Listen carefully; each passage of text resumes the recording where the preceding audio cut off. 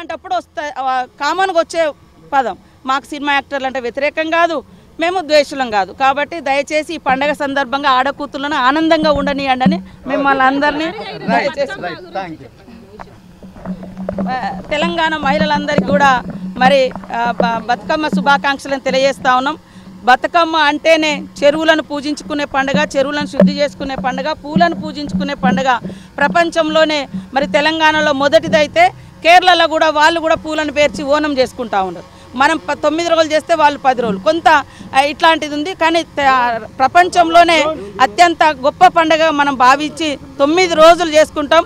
ఆడకూతుళ్ళు తల్లిదండ్రుల దగ్గరకు వచ్చి వాళ్ళ కష్టాలను ఒలకబోసుకునే పండుగ, అదేవిధంగా అన్నదమ్ములతో ఆనందంగా ఉండే పండుగ. కాబట్టి ఈ సంస్కృతి సాంప్రదాయాలు ఎక్కడ లేవు, వీటిని కాపాడుకొని భవిష్యత్ తరాలకు అందించాల్సిన బాధ్యత నేటి తరం మీద ఉంది. కాబట్టి కనీసం ఈ 9 రోజులైనా మా ఆడకూతులను మంచిగా స్వేచ్ఛగా ఆడుకోనివ్వండి, పాడుకోనివ్వండి, ఎదగనివ్వండి. మరి ఉద్యోగ ఉపాధి రాజకీయాలలో మరింత ఉన్నత స్థానంలోకి వచ్చే విధంగా కుటుంబ సభ్యులు ఈ నేటి సమాజం కూడా ఆడకూతులకు అండగా ఉండాలని ఈ పండగ సందర్భంగా ప్రతి ఒక్కరూ ప్రతినబూనాలని కూడా నేను ఈ సందర్భంగా తెలియజేస్తాను.